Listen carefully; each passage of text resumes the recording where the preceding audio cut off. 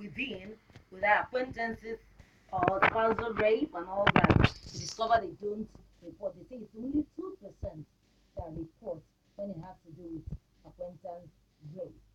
So I think it's a serious thing that we need to look at. And it should start from the family. Okay, now I've got some things from what you said. Number one, you said that rape cases are reported if it does not have to do with a family member. Exactly. And these days we find family members being abused by their own family members. Honestly. And it also said that men are also being abused. Yes. It's not just the women. Yes. And we're talking about, when we talk about rape, it shouldn't be only one-sided. That there have been cases of males who have been molested by house helps and stuff. And Sophie, you agree with that? Yeah, very well. Okay, now let's look. This will bring us to types of rape. Can you tell us the types of rape, forms of rape? All right, we have different. Maybe Sophie should start. Of rape. Okay.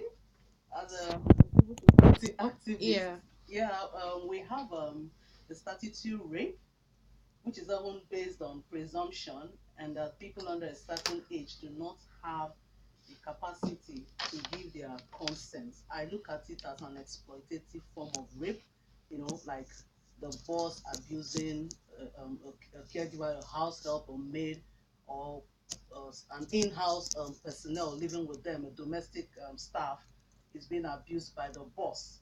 That falls under statutory rape. Like, it is my right to do this to you. You don't have a right to say no. Just go there and spread your legs. Because I employed you. Exactly. That is statutory. Then we'll also look at serial rape. It's just as you have the serial killer. It is being done through a number of women or men, and most times the rapist is unknown to the victims. It just goes round, and this happens most times in underdeveloped, environments. Now, the one that is like places you call the ghetto. Exactly. The one that will shock a lot of people here is the spousal rape. Wow. That so happens... excuse me, in Africa, can a spouse rape the partner? Globalization has brought us to that point of realizing our rights. Our right to existence, our right to saying yes or no, our right to giving consent, and it must be respected. Now, spousal rape is between a married or de facto couple without one spouse's consent, and this is considered as domestic violence as well. We also call it the IPSA, which is the intimate partner sexual assault. Most times, just as you said, in Africa it is not recognized, but the awareness has to be created. Tell us about the spousal rape. The awareness has to be created. If a woman says no to her husband or to her partner that she is intimate with, that no should be respected. That is consent. She's probably not in the mood. She's probably pressured. She's probably maybe going through a health condition that she wants to keep private to herself. So if she says no, or if the man says no, let me not be biased here. If the man says no as well, it should be respected. Sophie, there are cases where women use sex to get something, as a tool to get something from their husbands. And so such women, they keep saying no every time until the man is driven to that point that you have to do something radical. Do you still blame the man? Like every time he comes, you say no. Every time he comes, he says no until you buy me that wig, until you buy me that pair of shoes, until you take me out. And the man gets frustrated at a point and decides to take it by force. After all, he paid for it. No, what did he pay for? He shouldn't take it by force. If she wants something, you have to negotiate your way into a woman's bed. You must negotiate your way.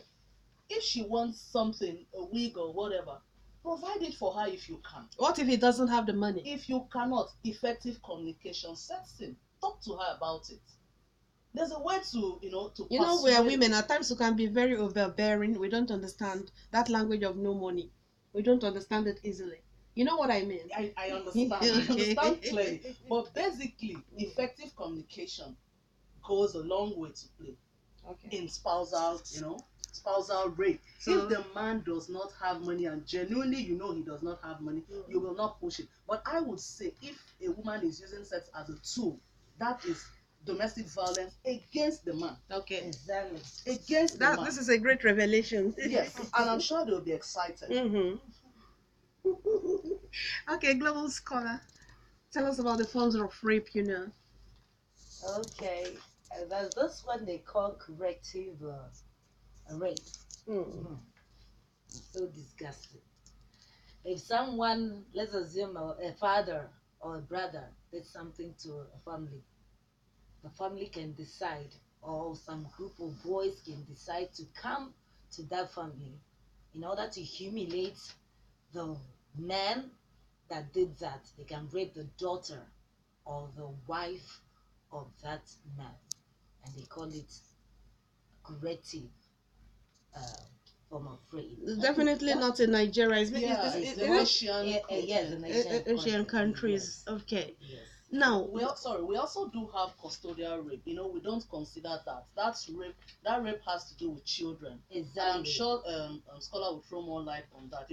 Children are being raped by their guardians, their teachers, and in worship places, uncle, aunties. Exactly. Really? Yeah, custodial rape. We also do have war rape. This is where women are being used as sex slaves in situations of armed war. Conflict. The first thing they think of is to abuse the woman. Those are not really kind of common around here, but it's something we should also look into. Okay. We also do have the date rape. The date rape, yeah, which involves the use of substance and drug abuse. You're going out on a date with a man or with a woman, and you're drugged, and you're being abused sexually. So these are also forms that we should consider and look at. Okay, something caught my attention, that of children being raped by teachers in places of worship and stuffs like that by family members. A global scholar, you are a teacher. Can you throw more light on that? I just remember something now, and I'm feeling bad right now. That it actually happened. This one I saw, and I monitored it, and a child who was raped was sexually molested by a house boy. And you discover that's why when I tell parents, know your children, understand them. You see a child is not behaving like the child you don't bother asking. Family need to intervene. Parents need to sit down, make out time to sit with their children because it's been happening. You can actually tell. Some parents, do you know that they can spend a term without coming to know the teacher that's handling their children? And you just give the children to their teachers from 7 to 4, 7 to 3, 7 to 2:30 without monitoring them. And you don't know the background of this. You don't know the person in charge of your child. I think we parents should look into our children. In fact, we should get closer to our children. Get to know them. Get to know when a child starts behaving. Sometimes you see this display of anger because a child has been molested by someone. Sometimes we keep them with the house help. From morning, you're a banker just like you asked. Of course, you need to cater for your family, so you stay away. You come back, you just don't care. Something happened last time, and I saw that on Facebook. A parent saw, if not for the help of CCTV, wouldn't have been discovered. So by the time you monitor your children, it's happening. You can't tell that teacher. Thank God for Hilltop Grade International School. Of course, I'm a PRO there. Yes, you come and pay for adverts. We give close attention. Some children, we just discovered in a school that 2 children went to the toilet and just did it there. This one said, let me show you what my dad does to my mom. What he do.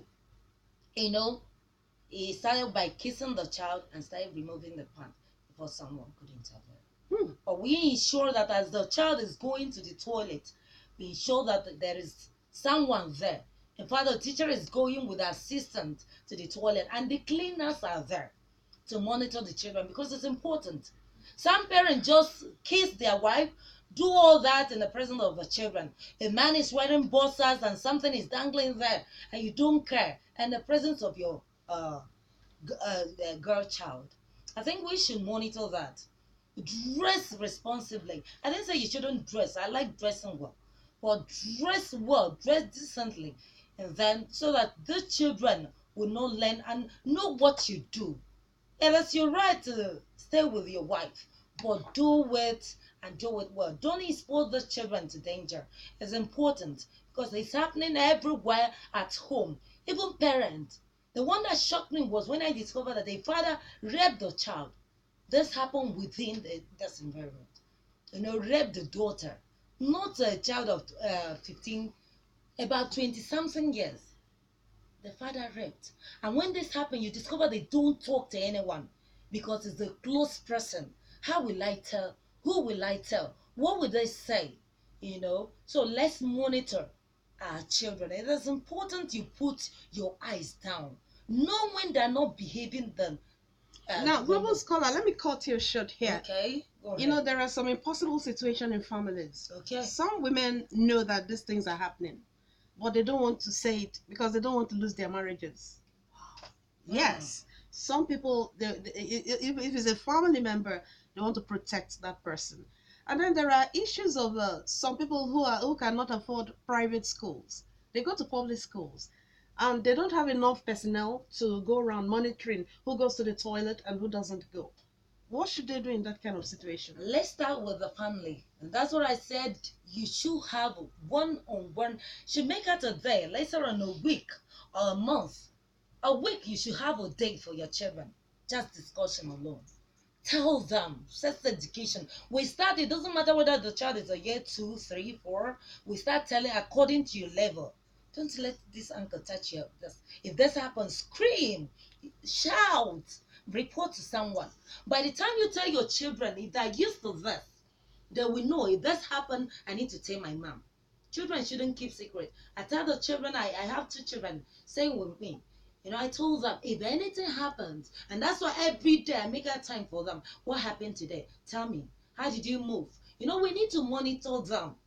We need to monitor those children. It is very Okay, let me come important. to Sophia. Now you're married. There are in some families, a lot of things are going on.